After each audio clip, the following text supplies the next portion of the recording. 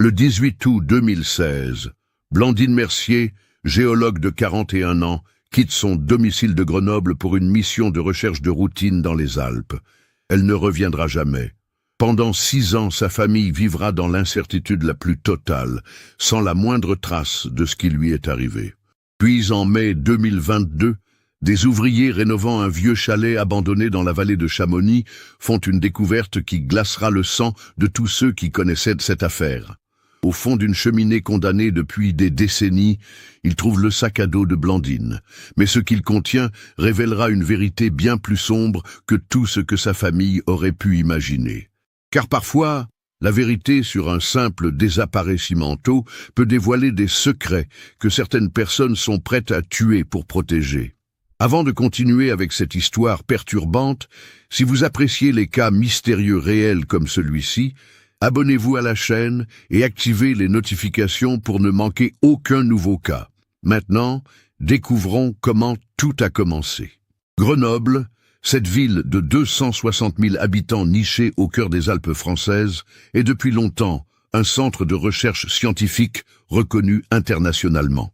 Entourée par les massifs du Vercors, de Belledonne et de la Chartreuse, elle abrite plusieurs instituts de recherche prestigieux, dont l'Institut des sciences de la Terre, où travaillait Blandine Mercier depuis plus de 15 ans. Blandine était une femme passionnée par son métier, spécialisée dans l'étude des formations rocheuses alpines et la géologie structurale. Mère de Camille, une adolescente de 16 ans brillante et dynamique, elle partageait sa vie avec Henri, professeur de physique à l'université de Grenoble. Le couple s'était rencontré 20 ans plus tôt lors d'un congrès scientifique à Lyon, unis par leur passion commune pour les sciences. Leur maison, située dans le quartier de la Bajatière, était un refuge chaleureux où les discussions scientifiques se mêlaient aux rires familiaux. Ce qui distinguait Blandine de ses collègues, c'était son approche méthodique et sa passion pour le terrain. Contrairement à beaucoup de géologues qui préféraient les analyses en laboratoire, elle adorait partir seule en montagne, parfois plusieurs jours d'affilée, pour étudier les formations rocheuses in situ. Elle connaissait les Alpes comme sa poche, chaque sentier, chaque vallée, chaque formation géologique particulière. Sa réputation de prudence et d'expérience était telle que ses collègues n'hésitaient jamais à la laisser partir seule, même dans les zones les plus reculées. L'été 2016 avait été particulièrement chargé pour l'équipe de Blandine. L'Institut des sciences de la Terre venait de décrocher un important contrat de recherche avec l'Agence nationale pour la gestion des déchets radioactifs, l'ANDRA, pour cartographier les formations géologiques susceptibles de contenir des gisements d'uranium naturel dans les Alpes françaises. Cette mission, bien que routinière, revêtait une importance stratégique dans le contexte énergétique français. Blandine avait été désignée comme responsable de terrain pour cette mission. Son travail consistait à identifier et analyser les formations rocheuses présentant des caractéristiques géologiques compatibles avec la présence d'uranium. Elle devait prélever des échantillons, mesurer la radioactivité naturelle des roches et établir une cartographie précise des zones d'intérêt. Un travail minutieux qui nécessitait de nombreuses sorties en montagne, souvent dans des zones difficiles d'accès. La région de Chamonix, avec ses formations granitiques complexes et son histoire géologique riche, faisait partie des zones prioritaires à étudier. Le massif du Mont Blanc présentait en effet des caractéristiques géologiques particulières, avec des intrusions granitiques datant de plusieurs millions d'années et des formations métamorphiques qui pouvaient théoriquement contenir des traces d'uranium naturel. Le jeudi 18 août 2016, Blandine se lève comme à son habitude, vers 6 heures du matin. Henri la trouve dans la cuisine, déjà habillée de sa tenue de terrain, pantalon de randonnée kaki, chemise technique à manches longues, et ses fameuses chaussures de montagne qu'elle portait depuis des années. Elle prépare son sac méthodiquement, comme elle l'a toujours fait. Compteur Geiger portable, échantillonnoir, carnet de terrain étanche, appareil photo numérique, GPS, trousse de premiers secours et provisions pour 2 jours. « Tu pars où exactement cette fois ?» demande Henri en versant le café. Blandine déplie une carte topographique sur la table de la cuisine et pointe du doigt une zone entre Chamonix et Argentière. Vallée des Aiguilles Rouges, secteur du lac Blanc. Je veux vérifier les formations de gneiss migmatitique qu'on a repérées sur les photos satellites. Si mes calculs sont bons, il pourrait y avoir des concentrations intéressantes d'uranium dans ce secteur. Henri hoche la tête, habitué à ces expéditions. Camille descend pour le petit déjeuner, encore endormie. Maman part jouer avec ses cailloux radioactifs, plaisante-t-elle affectueusement. Blandine sourit et embrasse sa fille. Je serai de retour demain soir au plus tard. Si j'ai un retard, je vous appelle. À 7h30 précise, Blandine charge son matériel dans sa Citroën C4 Picasso bleue, immatriculée BX 782 QM. Elle quitte Grenoble par l'autoroute A40 en direction de Chamonix. Le trajet, qu'elle connaît par cœur, dure environ 1h30. Les conditions météorologiques sont parfaites. Ciel dégagé, température matinale de 15 degrés, prévision stable pour les 2 jours suivants. À 9h15, elle s'arrête à la station-service Total de Salanches pour faire le plein et acheter une bouteille d'eau supplémentaire. Le gérant, Monsieur Leboeuf, la reconnaît et échange quelques mots avec elle. Encore une mission dans nos belles montagnes, Madame Mercier? Toujours, Monsieur Leboeuf. Les roches ne se reposent jamais, répond-elle en souriant. À 10h, elle arrive au parking de la télécabine de la Flégère, point de départ de son ascension vers le lac Blanc. Le parking est encore relativement vide à cette heure matinale. Elle gare sa voiture à l'emplacement numéro 27, note soigneusement l'heure dans son carnet de terrain et vérifie une dernière fois son équipement. Marc Fontaine, guide de montagne qui travaille pour la compagnie des télécabines, la croise près du guichet. Il connaît Blandine depuis plusieurs années et s'étonne de ne pas la voir prendre la télécabine. « Vous montez à pied aujourd'hui ?»« Oui, j'ai besoin d'étudier les formations rocheuses le long du sentier. Et puis, vous me connaissez, j'aime bien prendre mon temps. » Marc consulte les prévisions météo sur son téléphone. Parfait pour aujourd'hui et demain. Après, on annonce des orages pour samedi. Vous devriez être redescendu d'ici là. À 10h30, Blandine commence son ascension par le sentier des Aiguilles Rouges. Le chemin, bien balisé, serpente à travers une forêt de sapins avant de s'ouvrir sur les alpages. Elle croise plusieurs randonneurs qui descendent déjà de leur randonnée matinale. Paul Garnier, un photographe animalier de 62 ans, la salue vers 11h près du refuge de la Flégère. « Belle journée pour la géologie », lui lance-t-il. Blandine acquiesce et continue sa montée. Vers midi, elle s'arrête près d'un affleurement rocheux particulièrement intéressant, à environ 1800 mètres d'altitude.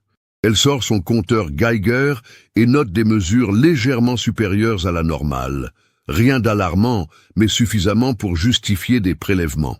Elle photographie la formation rocheuse sous plusieurs angles, prélève 3 échantillons qu'elle étiquette soigneusement et note les coordonnées GPS exactes dans son carnet.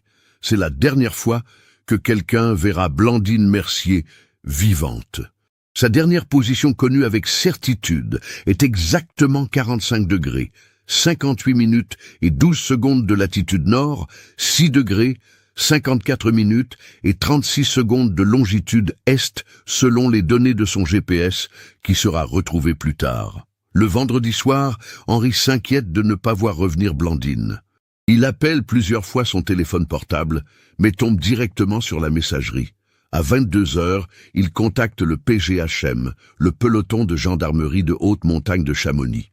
Le gendarme de service, l'adjudant-chef Robert Chauvet, prend note de la disparition, mais explique à Henri qu'il faut attendre 24 heures avant de déclencher officiellement les recherches, sauf en cas de danger imminent avéré. Le samedi matin, Henri se rend directement à Chamonix avec Camille. Il retrouve la voiture de Blandine au parking de la Flégère, exactement là où elle l'avait laissée. L'adjudant-chef Chauvet, accompagné du capitaine Laurent Delacroix, examine le véhicule. Aucun signe de lutte, aucun désordre apparent.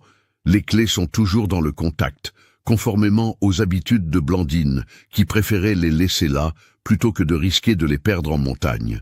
Les recherches commencent immédiatement. Le PGHM mobilise 2 équipes de secours, un hélicoptère EC-145 de la sécurité civile et fait appel aux chiens de recherche de l'unité cynophile de Annecy. Marc Fontaine, qui connaît parfaitement la région, se porte volontaire pour guider les équipes. Les conditions météorologiques se dégradent rapidement, avec l'arrivée des orages annoncés. Pendant 3 semaines, les recherches se poursuivent sans relâche. Chaque sentier, chaque ravin, chaque zone rocheuse accessible est minutieusement fouillée. L'hélicoptère survole la région avec des caméras thermiques, les chiens explorent les moindres recoins, les sauveteurs descendent en rappel dans les crevasses et les gorges les plus dangereuses. Rien. Aucune trace de Blandine, aucun indice sur ce qui a pu lui arriver. Le seul élément retrouvé est son GPS, découvert le 4e jour de recherche par un maître chien près d'un torrent, à environ 500 mètres de sa dernière position connue. L'appareil, endommagé par l'humidité, a cessé d'enregistrer les positions le jeudi vers 13h45.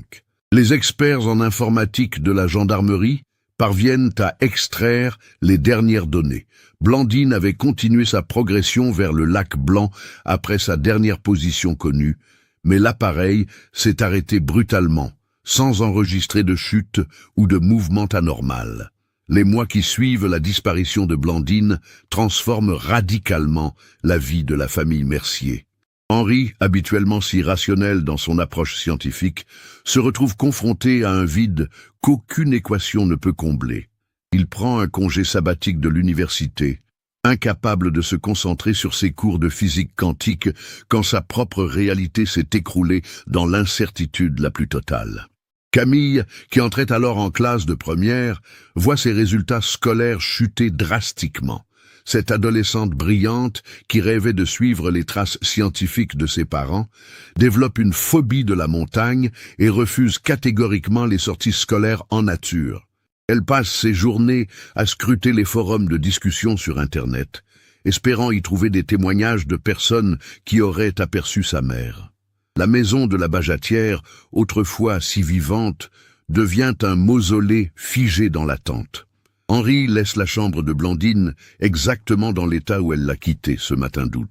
Ses affaires de terrain pendent encore dans l'armoire. Son ordinateur portable reste ouvert sur son bureau avec ses dernières analyses géologiques affichées à l'écran. Chaque soir, Henri vérifie compulsivement que le téléphone fixe fonctionne.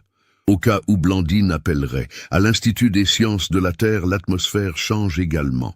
Le docteur Élise Blanchard, collègue et amie proche de Blandine, reprend officiellement ses dossiers de recherche. Mais elle avoue en privé à Henri qu'elle n'arrive pas à se résoudre à fermer définitivement les projets en cours de Blandine. « On ne peut pas effacer 15 ans de recherche comme ça, dit-elle. Blandine était sur quelque chose d'important avec ses formations uranifères. Je sens qu'elle était proche d'une découverte significative. Le projet de cartographie de l'uranium dans les Alpes est officiellement suspendu après la disparition de Blandine. Landra, embarrassé par cette situation, préfère attendre avant de relancer la mission avec une nouvelle équipe. Les échantillons que Blandine avait déjà analysés sont stockés dans les réserves de l'Institut. Ces notes de terrain soigneusement archivées dans l'attente hypothétique de son retour. Les théories sur ce qui a pu arriver à Blandine se multiplient au fil des mois. La gendarmerie privilégie initialement l'hypothèse de l'accident. Chute dans une crevasse, glissement de terrain ou malaise cardiaque, dans une zone reculée où le corps n'aurait pas encore été retrouvé. Mais cette explication satisfait de moins en moins les enquêteurs, car Blandine connaissait parfaitement la montagne et était en excellente condition physique. Une seconde théorie émerge, la fugue volontaire. Certains collègues murmurent que Blandine traversait peut-être une crise personnelle, que son mariage battait de l'aile, qu'elle avait besoin de disparaître pour refaire sa vie ailleurs. Henri rejette violemment cette hypothèse. Blandine n'aurait jamais abandonné Camille, affirme-t-il. Jamais. Elle adorait sa fille plus que tout au monde. Une troisième piste plus sombre est explorée par le capitaine Delacroix, l'agression. La montagne, malgré son apparence paisible, n'est pas exempte de dangers humains. Des cas d'agression sexuelle ou de vol à main armée ont déjà été signalés dans des zones reculées des Alpes. Mais là encore, aucun indice ne vient étayer cette théorie. Aucun témoin n'a signalé de présence suspecte dans la région ce jour-là. Aucune trace de lutte n'a été découverte.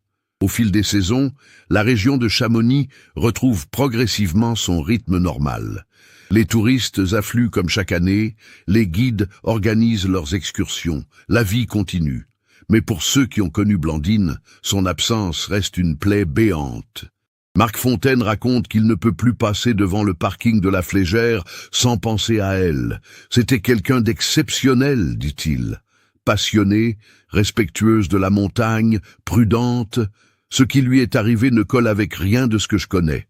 2 ans après la disparition, en août 2018, Henri organise une cérémonie commémorative au lac Blanc, là où Blandine se rendait ce jour fatidique.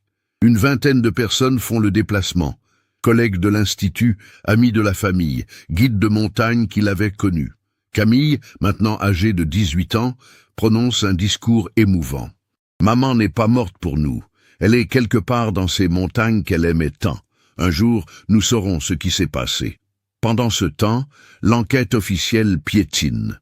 Le capitaine Delacroix, muté à Annecy en 2019, passe le dossier à son successeur, le lieutenant Sylvain Moretti. Ce jeune officier, fraîchement diplômé de l'école de gendarmerie, reprend l'affaire avec un œil neuf. Il réinterroge tous les témoins, réétudie chaque pièce du dossier, fait appel aux nouvelles technologies d'analyse. Mais là encore, l'enquête n'avance pas. En 2020, la pandémie de Covid bouleverse la région touristique de Chamonix. Les restrictions de déplacement réduisent drastiquement la fréquentation des sentiers de montagne. Paradoxalement, cette période plus calme permet aux gendarmes d'effectuer de nouvelles recherches dans des zones habituellement très fréquentées. Ils espèrent que l'absence de piétinement touristique révélera peut-être des indices jusqu'alors dissimulés. Nouvelle déception, rien n'est découvert. Henri, qui a repris son travail à l'université, développe une obsession pour les technologies de localisation. Il étudie les possibilités offertes par les drones équipés de caméras haute définition, les systèmes de détection par satellite, les techniques de géolocalisation par résonance magnétique. Il finance sur ses propres deniers plusieurs campagnes de recherche privées, engageant des sociétés spécialisées dans la recherche de personnes disparues. Chaque nouvelle technologie lui redonne espoir, chaque échec le plonge un peu plus dans l'obsession. Camille, devenue étudiante en psychologie à Lyon, choisit ce domaine d'études en partie pour mieux comprendre ce qu'a pu vivre sa mère dans ses derniers moments. Elle rédige son mémoire de master sur l'impact psychologique des disparitions inexpliquées sur les familles. Son travail, remarqué par ses professeurs, sera même publié dans une revue spécialisée. Mais cette approche académique ne comble pas le vide émotionnel de son deuil inachevé. C'est dans ce contexte de résignation progressive que la famille Mercier aborde l'année 2022. 6 années se sont écoulées depuis la disparition de Blandine. Henri a maintenant 50 ans, Camille 22. Ils ont appris à vivre avec cette absence sans pour autant l'accepter. Légalement, il pourrait demander une déclaration de décès, mais il s'y refuse. Tant qu'on n'a pas retrouvé son corps, Blandine n'est pas morte, répète Henri comme un mantra. Le 15 mai 2022, Jean-Claude Vernet, propriétaire d'un vieux chalet dans la vallée de Chamonix, prend une décision qui va bouleverser cette affaire endormie. À 67 ans, cet ancien menuisier à la retraite a hérité quelques années plus tôt de cette bâtisse familiale datant de 1920. Le chalet, situé dans un hameau isolé appelé l'Étine, à environ 8 km du centre de Chamonix, est resté inhabité pendant près de 15 ans. La propriété, construite selon l'architecture traditionnelle savoyarde, avait appartenu à la famille Vernet depuis 3 générations. Le grand-père de Jean-Claude, Antoine Vernet, l'avait fait construire comme résidence secondaire quand il travaillait dans l'industrie horlogère de la vallée de l'Arve. Après la guerre, la famille l'utilisait occasionnellement pour les vacances d'été, mais l'entretien d'une maison en montagne s'était révélé trop coûteux pour leurs moyens modestes. Quand Jean-Claude hérite du chalet en 2015, il est déjà en mauvais état. La toiture fuit, les volets sont disjoints, l'humidité a envahi les murs. Pendant des années, il hésite entre vendre et rénover. Le marché immobilier de Chamonix, en plein boom, rend la vente attractive, mais sa valeur sentimentale l'emporte finalement. En début d'année 2022, il décide de se lancer dans une rénovation complète pour en faire une location saisonnière. Jean-Claude fait appel à l'entreprise Montagne Rénovation, dirigée par Patrick Maillet, un artisan local spécialisé dans la restauration de chalets anciens. L'équipe, composée de 4 ouvriers expérimentés, commence les travaux par un diagnostic complet de la structure. C'est là que les problèmes commencent. Dès les premiers jours, les ouvriers constatent que l'ancienne cheminée centrale, construite en pierre de taille, présente des défauts structurels importants. Le conduit, fissuré sur toute sa hauteur, laisse s'infiltrer l'humidité dans les murs adjacents. Patrick Maillet explique à Jean-Claude qu'il faut entièrement démanteler cette cheminée et la reconstruire selon les normes actuelles. C'est un gros travail, prévient-il. Cette cheminée date de la construction originale. Elle traverse tout le chalet sur 3 niveaux. Il va falloir ouvrir les murs, démonter pierre par pierre et évacuer tous les gravats. Jean-Claude, conscient que cette rénovation lui coûte déjà plus cher que prévu, accepte néanmoins. Il ne peut pas laisser le chalet dans cet état. Les travaux de démolition commencent le lundi 16 mai. Franck Dubois et Ludovic Lambert, les 2 maçons de l'équipe, s'attaquent d'abord au conduit du rez-de-chaussée. Ils procèdent méthodiquement, retirant les pierres une par une pour éviter d'endommager la structure environnante. Le travail est pénible, la poussière omniprésente, mais l'équipe a l'habitude de ce genre de chantier. Vers 14 heures, alors qu'ils descendent dans la cave pour examiner les fondations de la cheminée, Franck remarque quelque chose d'anormal. « Ludovic, viens voir ça. Il y a comme un espace vide derrière les pierres du fond. » Donc ils utilisent une lampe torche pour mieux voir et découvrent effectivement une cavité dans la maçonnerie, probablement créée lors de la construction pour des raisons techniques. « On dirait que quelqu'un a muré cette niche après coup, » observe Ludovic. Tu vois, le mortier n'est pas de la même couleur que le reste. Intrigué, il décide de retirer délicatement les pierres qui obstruent cette cavité. Le travail demande de la précision pour ne pas fragiliser l'ensemble de la structure. Vers 15h30, Franck parvient à créer une ouverture suffisante pour passer le bras dans la cavité. « Il y a quelque chose là-dedans », dit-il à son collègue. Il sort sa lampe de poche et éclaire l'intérieur de la niche. Ce qu'il découvre le fait bondir en arrière. Ludovic appelle Patrick tout de suite. Au fond de cette cavité d'environ 1 mètre cube, soigneusement dissimulé derrière les pierres, se trouve un sac à dos de randonnée de couleur verte. Le sac, quoique poussiéreux et légèrement décoloré par les années, est en parfait état de conservation. La niche, parfaitement étanche, l'a protégé de l'humidité et des rongeurs.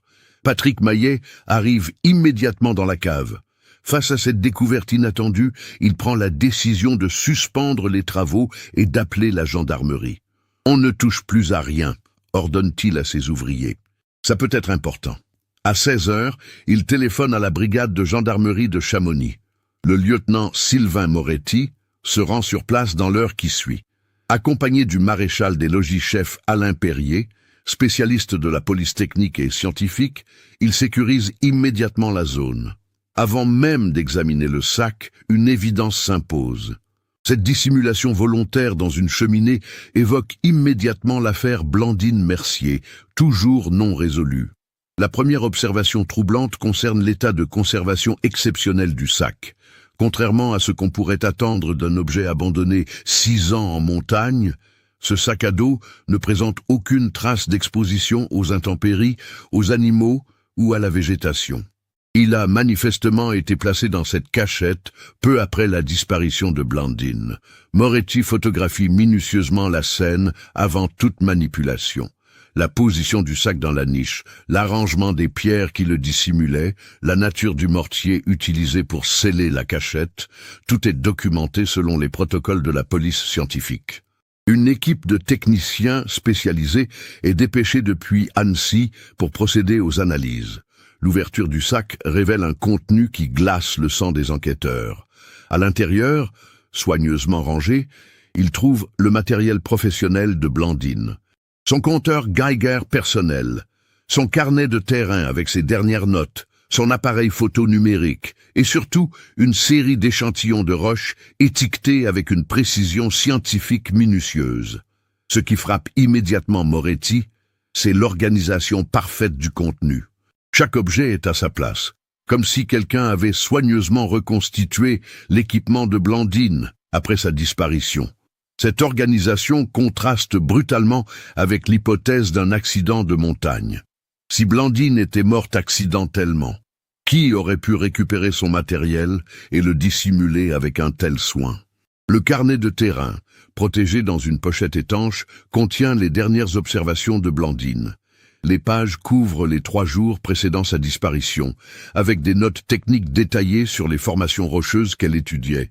Mais c'est la dernière page qui retient l'attention des enquêteurs. Elle contient des coordonnées GPS précises et une note sibylline.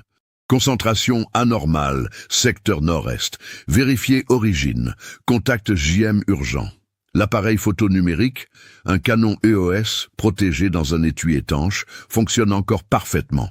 Moretti fait immédiatement appel aux experts informatiques de la gendarmerie pour extraire les données.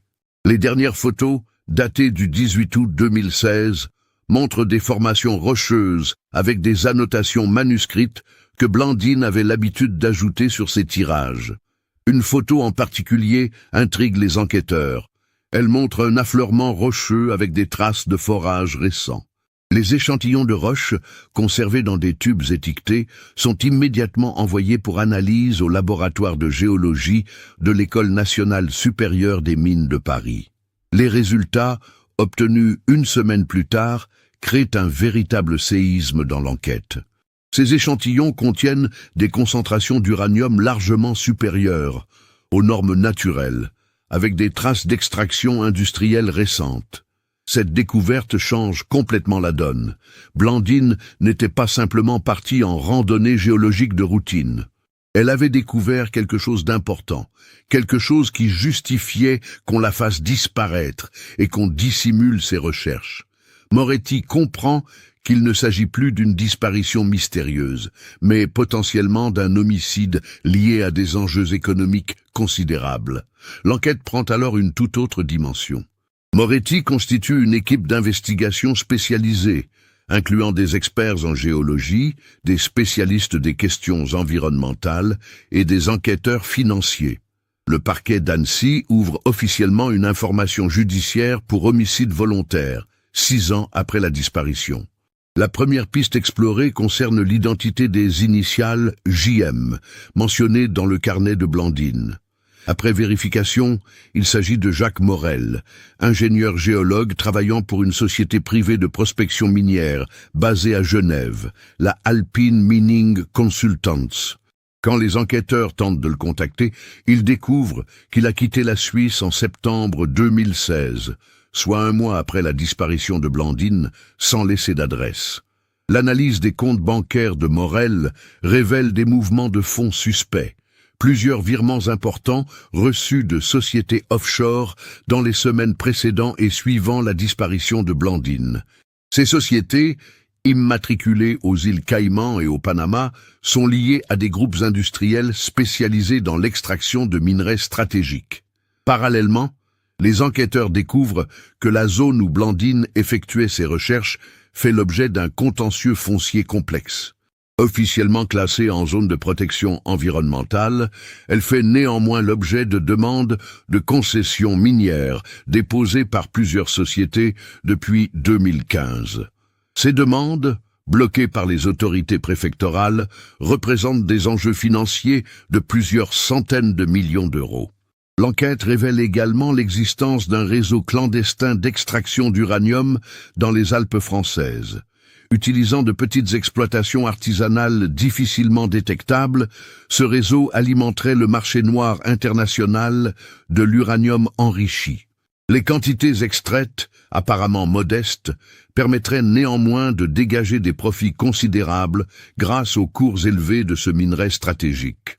Pour mieux comprendre les enjeux de cette affaire, Moretti fait appel au docteur Élise Blanchard, ancienne collègue de Blandine à l'Institut des sciences de la Terre. Cette femme de 45 ans, spécialiste reconnue en géochimie, accepte de collaborer avec l'enquête en tant qu'experte technique. Sa première analyse des échantillons trouvés dans le sac confirme les soupçons des enquêteurs. Ces roches ont été artificiellement enrichies, explique-t-elle lors d'un entretien dans son laboratoire de Grenoble. Les concentrations d'uranium que nous observons ne peuvent pas être naturelles dans cette région géologique.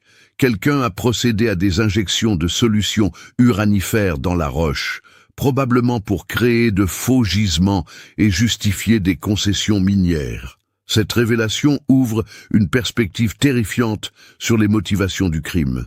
Blandine n'était pas seulement tombée sur une exploitation illégale, elle avait découvert une fraude géologique d'envergure internationale.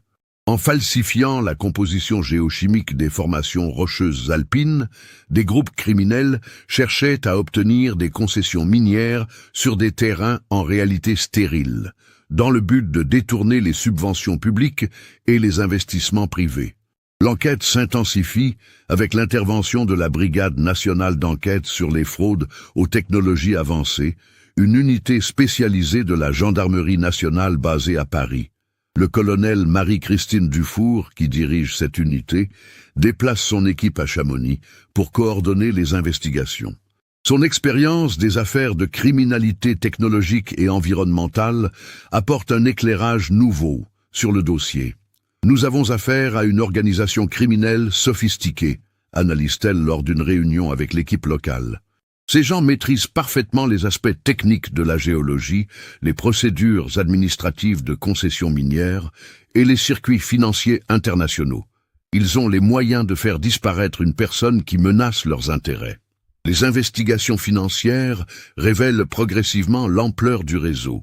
Alpine Mining Consultant, la société de Jacques Morel, n'est que la partie visible d'un consortium international impliquant des entreprises basées en Suisse, au Luxembourg et dans plusieurs paradis fiscaux.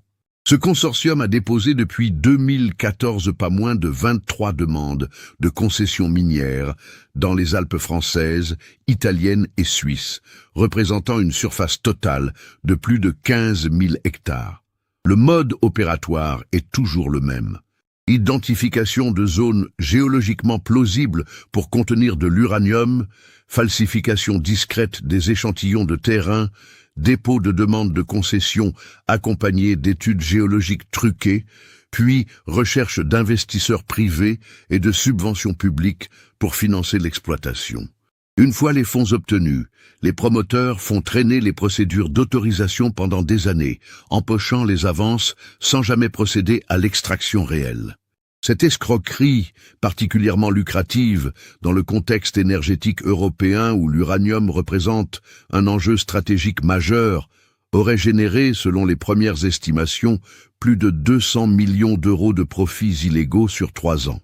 Les victimes incluent des fonds d'investissement spécialisés, des collectivités territoriales alpines qui espéraient des retombées économiques, et même certains États qui avaient prévu d'acquérir des participations dans ces supposés gisements. L'analyse des communications téléphoniques et électroniques de Jacques Morel, obtenue grâce à une commission rogatoire internationale, révèle ces échanges avec Blandine dans les semaines précédant sa disparition.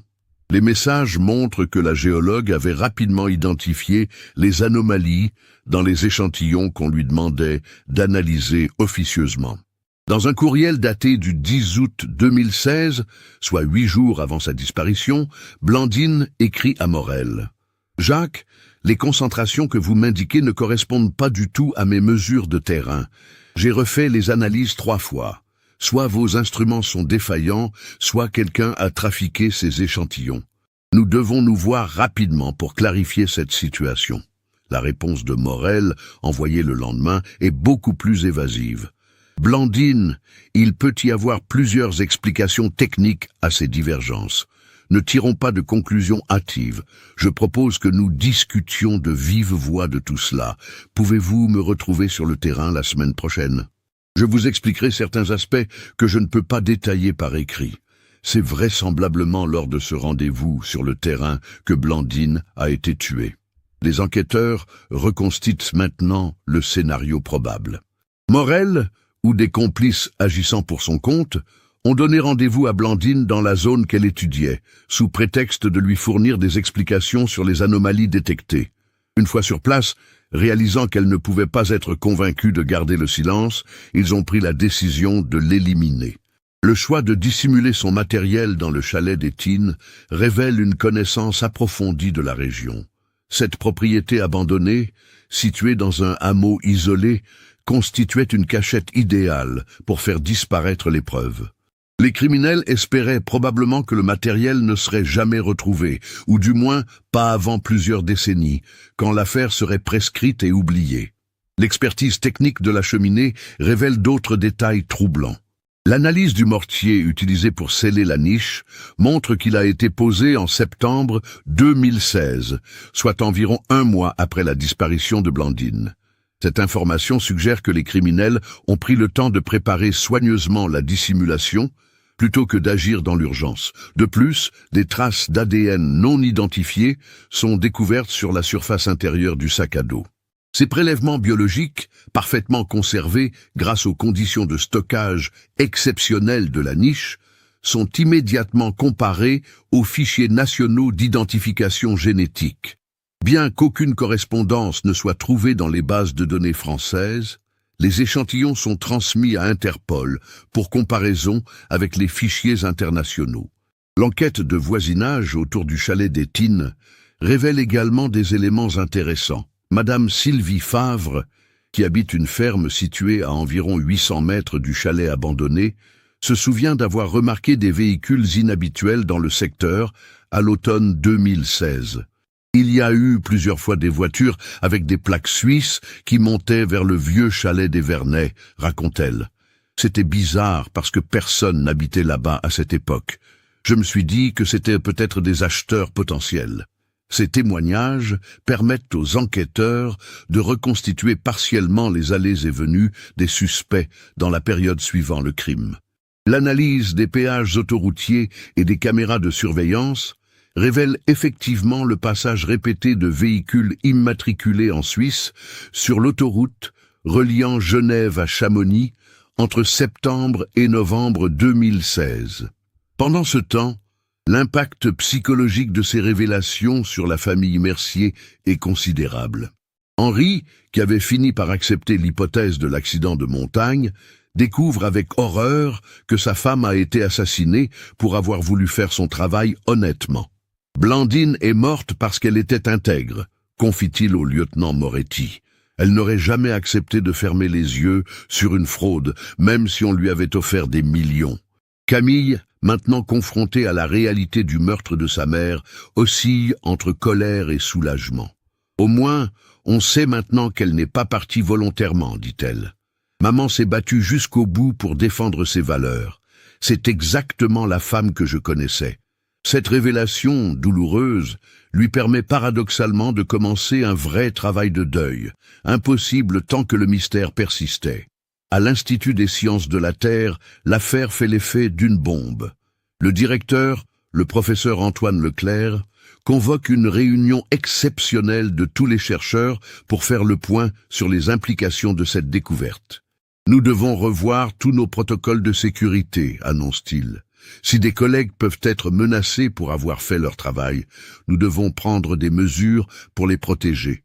L'ANDRA, l'Agence nationale de gestion des déchets radioactifs, qui avait initialement financé les recherches de Blandine, diligente également un audit interne pour vérifier si d'autres projets ont pu être compromis par ce réseau criminel.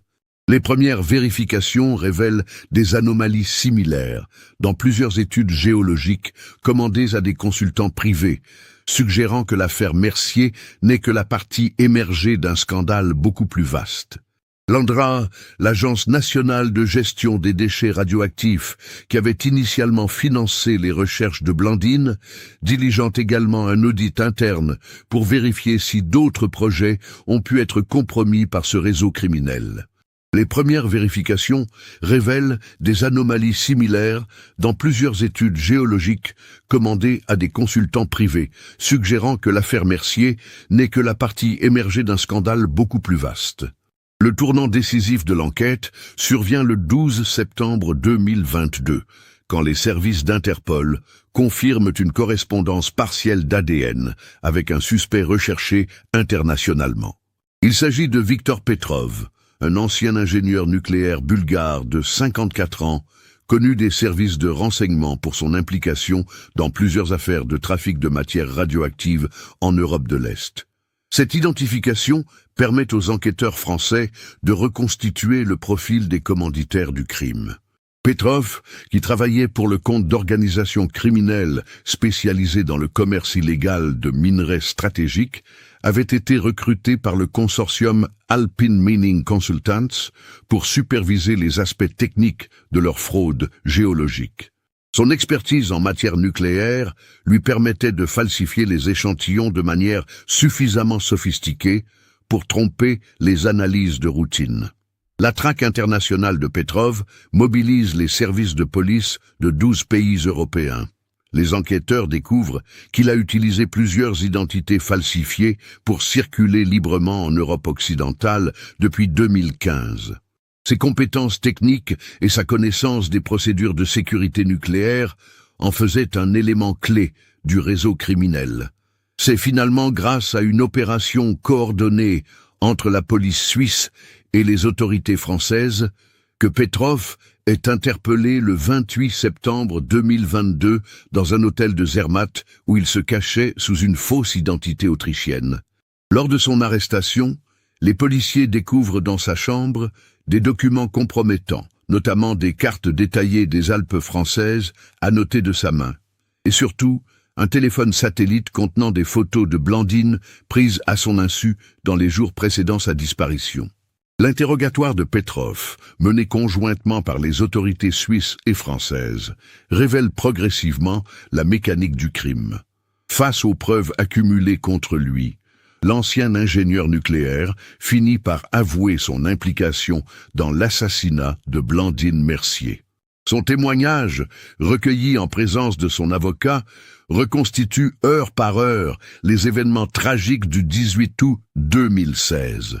Selon ses déclarations, Blandine avait effectivement donné rendez-vous à Jacques Morel ce jour-là, à 13h, près du lac Blanc pour discuter des anomalies qu'elle avait détectées dans les échantillons.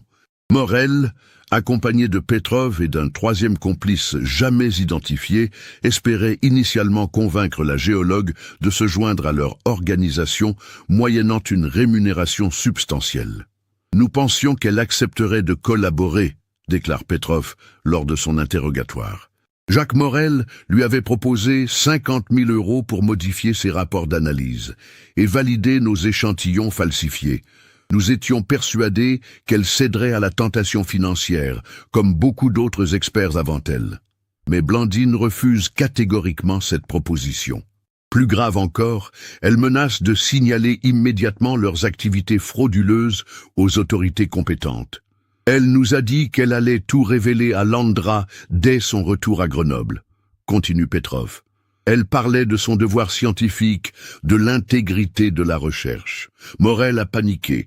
Il m'a fait signe que la situation était compromise. C'est alors que la rencontre tourne au drame. Selon le témoignage de Petrov, Morel sort une arme de son sac et menace Blandine pour l'obliger à détruire ses échantillons et ses notes. Mais la géologue, loin de se laisser intimider, tente de s'enfuir en direction du sentier principal. Dans sa fuite, elle glisse sur des rochers humides et chute lourdement, se blessant à la tête.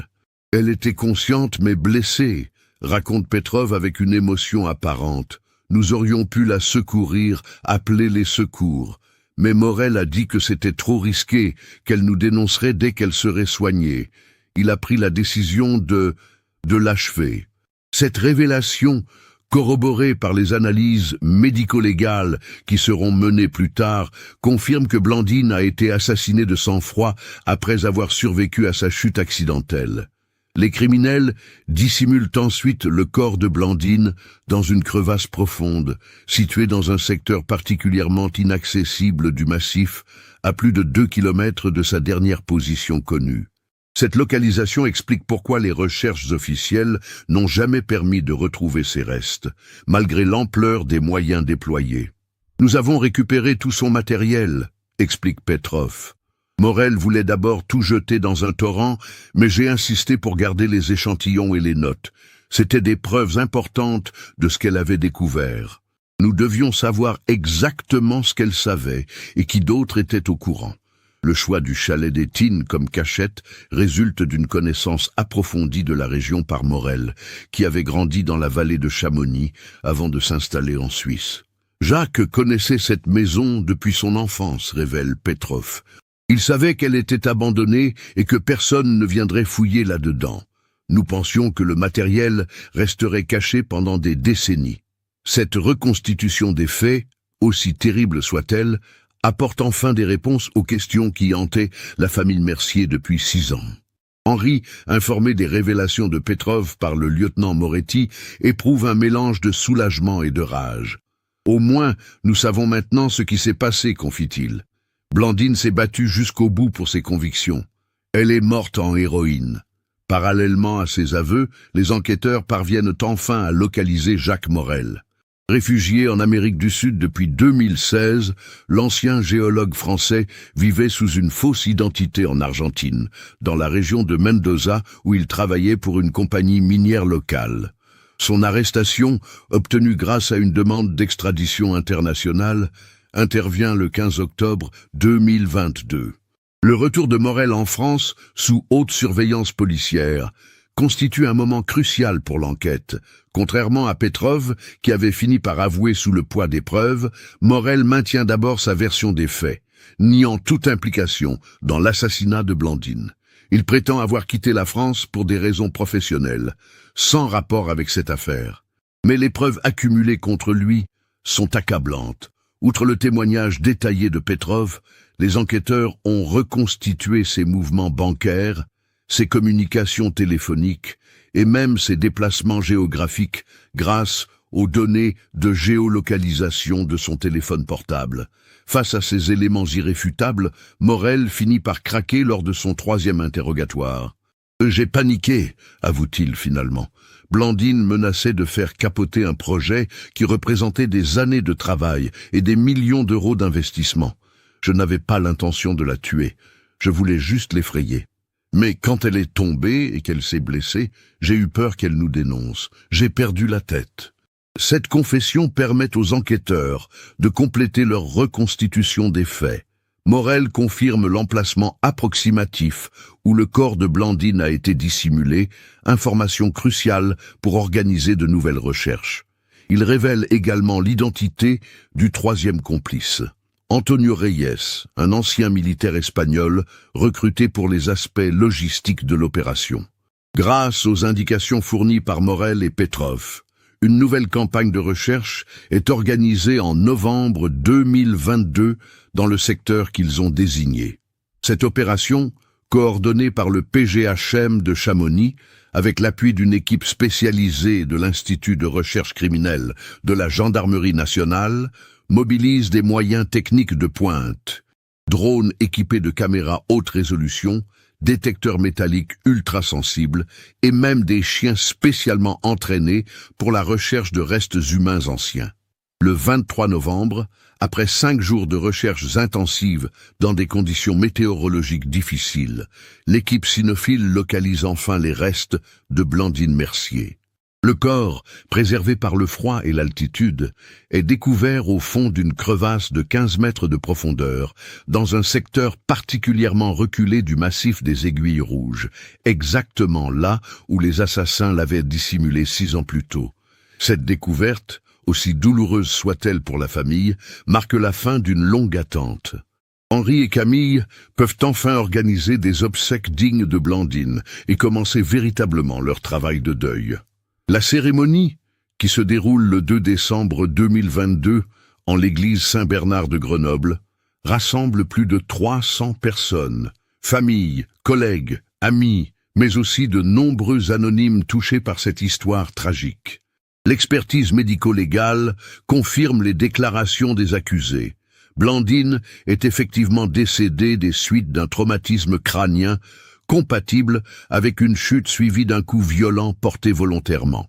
Cette analyse objective valide définitivement la thèse de l'homicide volontaire, écartant définitivement l'hypothèse de l'accident de montagne. Le procès de Jacques Morel et Victor Petrov s'ouvre le 15 mars 2023 devant la cour d'assises de Haute-Savoie, à Annecy. L'affaire, qui passionne l'opinion publique française et internationale, révèle au grand jour l'ampleur du réseau criminel dans lequel s'inscrivait l'assassinat de Blandine. Les investigations ont permis d'identifier pas moins de 15 complices dans 7 pays européens, impliqués à différents niveaux dans cette vaste escroquerie géologique. Morel, reconnu coupable d'homicide volontaire et d'escroquerie en bande organisée, est condamné à 25 ans de réclusion criminelle. Petrov, dont la culpabilité est établie mais qui a collaboré avec la justice, écope de 20 ans de prison. Antonio Reyes, arrêté en Espagne et extradé vers la France, est condamné à 15 ans d'emprisonnement pour complicité d'homicide. Au-delà des condamnations pénales, cette affaire a des répercussions importantes sur la réglementation européenne des concessions minières. L'Union européenne adopte de nouvelles directives imposant des contrôles renforcés pour les demandes d'exploitation de minerais stratégiques, incluant des analyses géologiques croisées et des audits indépendants obligatoires. L'Institut des sciences de la Terre de Grenoble crée une chaire Blandine Mercier, dédiée à l'éthique de la recherche géologique et à la protection des chercheurs confrontés à des pressions économiques. Cette initiative, soutenue financièrement par l'ANDRA et plusieurs organismes de recherche européens, vise à sensibiliser les futurs géologues aux enjeux éthiques de leur profession. Henri, qui a repris son enseignement à l'université, devient un militant actif pour la protection des scientifiques et la transparence de la recherche. Il intervient régulièrement dans des conférences internationales pour raconter l'histoire de Blandine et alerter sur les risques que courent les chercheurs intègres face aux intérêts économiques. Camille, désormais doctorante en psychologie, consacre sa thèse aux traumatismes familiaux liés aux disparitions inexpliquées. Son travail, nourri par son expérience personnelle, apporte un éclairage précieux sur l'accompagnement des familles de victimes. Elle envisage de créer une association d'aide aux proches de personnes disparues dans des circonstances criminelles. Le chalet des Tines, où avait été découvert le sac de Blandine, connaît un destin particulier. Jean-Claude Vernet, profondément marqué par le rôle involontaire de sa propriété dans cette affaire, renonce finalement à son projet de location touristique. Il fait don du bâtiment à la commune de Chamonix, qui décide d'y installer un centre de documentation sur la géologie alpine et les risques environnementaux. Cette transformation symbolique du lieu du crime en espace éducatif constitue un hommage approprié à la mémoire de Blandine. Une plaque commémorative, installée à l'entrée du centre, rappelle son engagement pour la science et l'intégrité de la recherche. À la mémoire de Blandine Mercier, géologue, morte pour avoir refusé de compromettre la vérité scientifique. 6 mois après le procès, les derniers éléments de l'enquête sont bouclés. Antonio Reyes accepte finalement de révéler l'emplacement exact où le matériel de terrain original de Blandine avait été jeté après le crime. Une dernière opération de recherche permet de récupérer son compteur Geiger personnel et quelques échantillons supplémentaires, qui rejoignent les archives de l'Institut en tant que témoignage historique de cette affaire.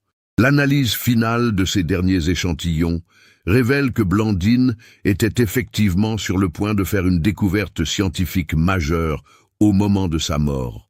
Ces prélèvements, correctement analysés, confirment l'existence de formations géologiques particulières dans les Alpes, susceptibles de contenir naturellement des concentrations intéressantes d'uranium.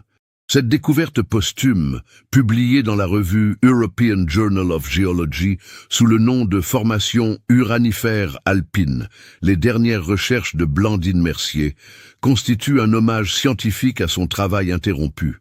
Cette tragique affaire nous montre comment la passion pour la vérité scientifique peut parfois conduire à l'ultime sacrifice. Blandine Mercier est morte pour avoir refusé de compromettre son intégrité professionnelle face à des intérêts financiers considérables. Son histoire illustre les dangers que courent les chercheurs honnêtes dans un monde où la science peut être détournée à des fins criminelles. Qu'avez-vous pensé de cette enquête complexe? Aviez-vous soupçonné dès le début que la découverte du sac dans la cheminée révélerait une affaire d'une telle ampleur? Partagez vos réflexions dans les commentaires. Si vous avez été touché par l'histoire de Blandine Mercier et que vous appréciez ces enquêtes approfondies sur des affaires criminelles réelles, n'oubliez pas de vous abonner à la chaîne et d'activer les notifications. Laissez un like si cette histoire vous a marqué et partagez-la avec vos proches qui s'intéressent aux mystères criminels. La mémoire de Blandine mérite que son combat pour la vérité soit connu du plus grand nombre.